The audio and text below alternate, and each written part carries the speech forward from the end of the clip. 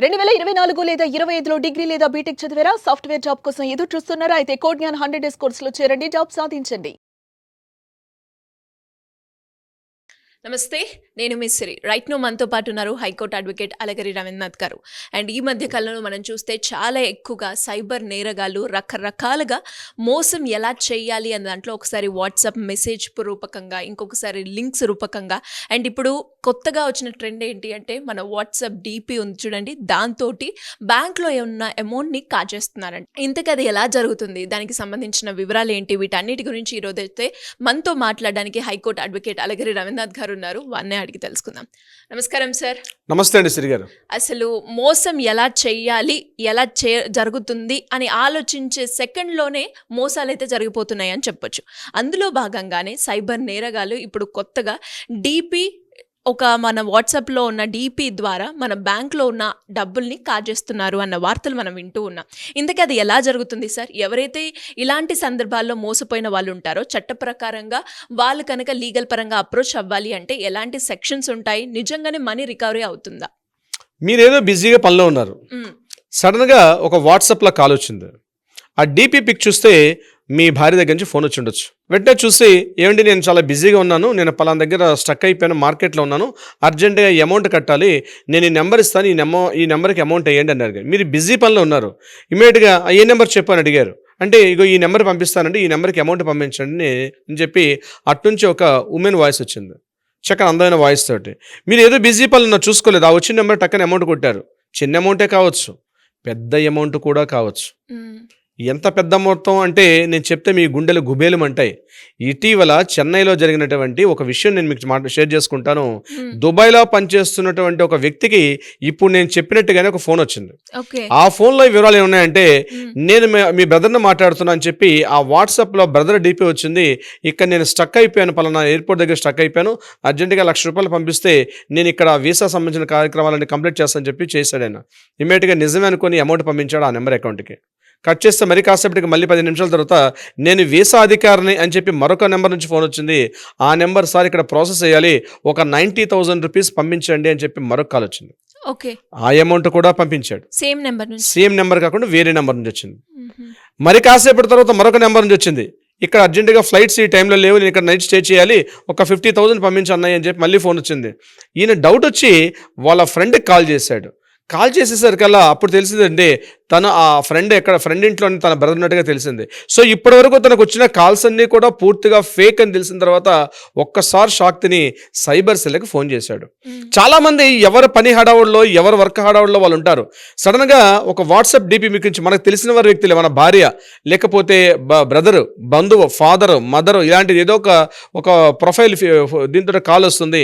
నేను పలానా చోట స్టక్ అయిపోయాను, లేకపోతే నేను పలానా ఇబ్బందుల్లో ఉన్నాను, అర్జెంటుగా అమౌంట్ కావాలని చెప్పి కాల్స్ వస్తే మనం ఉన్న బిజీ షెడ్యూల్లో ముఖ్యంగా ఎవరు దీనికి అడిక్ట్ అంటే ఎవరు దీనికి బాధితులుగా ఉన్నారని చెప్పి నిన్న రీసెంట్గా సైబర్ క్రైమ్స్ వాళ్ళు చూసేసరికల్లా ఎక్కువగా సాఫ్ట్వేర్ ఎంప్లాయీస్, అదేవిధంగా బిజినెస్ మెన్స్, చాలా బిజీగా ఉన్నటువంటి వ్యాపారస్తులు, వీళ్ళని టార్గెట్ చేస్తూ ఒక సైబర్ క్రైమ్ ముఠా ఒకటి పనిచేస్తుంది.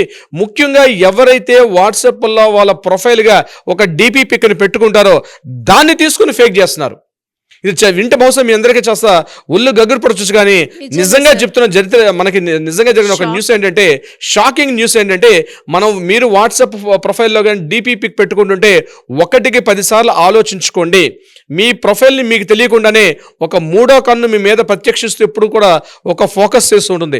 సోషల్ మీడియా ప్రపంచంలో బాగా స్ప్రెడ్ అయిన తర్వాత మన అకౌంట్స్ని ఎన్ని రకాలుగా చేయాలంటే సైబర్ నేరకాలు రకరకాల మార్గాలు ఎంచుకుంటూ ఉంటారు.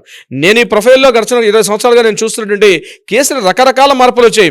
ఎప్పుడో ఆ కాలంలో ఏంటంటే దారిదోపిడి దొంగలు ఉండేవారు, మమ్మల్ని అటకాయించి మన దగ్గర నుంచి డబ్బులు దశకం ఉన్నది వాళ్ళు తీసుకుని పోయేవారు. కానీ కాలం మారుతున్న క్రమంలో మన చేతిలో ఉన్నటువంటి మన ఫోనే మనకు తెలియకుండా, మనకు ఒక అస్త్రంగా కాకుండా, అది ఒక ఆయుధంగా కాకుండా, మనకు తెలియకుండానే మనకు మారణాయుధంగా, అంటే మన చేతిలో మనమే పుచ్చుకునే విధంగా కూడా మనం చేస్తున్న చిన్న చిన్న మిస్టేక్స్, వెరీ స్మాల్ మిస్టేక్స్ మనం పట్టించుకోం. ఈరోజు నేను ఒక పార్టీలో ఫోటో తీసుకున్నాను, చాలా బాగుందని చెప్పి మనం ఫోటో తీసుకొని మనం డీపీ ప్రొఫైల్లో ఒక పిక్ పెట్టుకుంటాం. కానీ తెలియని విషయం ఏంటంటే ఆ డీపీ ప్రొఫైల్ పిక్స్లో మీద కూడా ముఖ్యంగా ఈ గ్రూప్స్ కాల్స్ వస్తుంటే ఆ గ్రూప్ కాల్స్లో కూడా కొంతమంది ఫోకస్ చేస్తారు, వీళ్ళ యొక్క ప్రొఫైల్ని చెక్ చేస్తారు.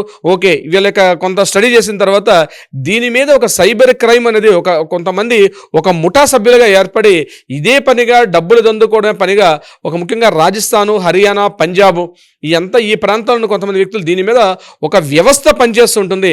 సాఫ్ట్వేర్ ఉద్యోగాలని చెప్పి అక్కడ తీసుకెళ్లి వాళ్ళ చేత ఇట్లాంటి సైబర్ క్రైమ్ నేరాలు చేసే విధంగా పోలీసులు ఇంట్రాగేషన్ చేసేసరికల్లా ఆ అమౌంట్స్ చేతులు మారిపోతూ ఉంటుంది. మరలా రికవరీ చేసుకోవడం అనేది పెద్ద తలనొప్పి వ్యవహారం పోలీసులకైతే. సో ఇక్కడ ఎలా ఉంటుందంటే వాట్సాప్ ప్రొఫైల్లో డీపీ పెట్టుకోవాలంటే 1కి 10 సార్లు మీరు ఆలోచించుకొని మాత్రమే పెట్టండి. లేకపోతే మీకు తెలియకుండానే మీ యొక్క అకౌంట్లో ఉన్న డబ్బులు, మీకు తెలియకుండానే మీ యొక్క పర్సనల్ డీటెయిల్స్ ఇవన్నీ కూడా ఇతరుల చేతుల్లోకి, ముఖ్యంగా నేరస్తుల చేతుల్లోకి వెళ్ళి అది చాలా ఇబ్బందులకు గురి చేసే అవకాశం ఉంటుంది. మీ ఆధార్ కార్డు కూడా ఈవెన్ ఒక జిరాక్స్ షాప్కి వెళ్ళినప్పుడు కూడా మీ ఆధార్ కార్డుని తీసుకొని ఆ వివరాలన్నీ కూడా డిలీట్ చేయండి. చాలామంది ఏం చేస్తారంటే అక్కడ నెట్ సెంటర్లోకి వెళ్ళి అక్కడ ప్రింట్అవుట్స్ తీసుకొని మరలా వచ్చేస్తారు. అక్కడ ఉన్నటువంటి ఆధార్ కార్డ్ డీటెయిల్స్ కానీ, మీ యొక్క డీపీ ప్రొఫైల్స్ కానీ, పిక్స్ కానీ, ముఖ్యంగా గుర్తుపెట్టుకోవాల్సింది టీనేజ్ అమ్మాయిలు.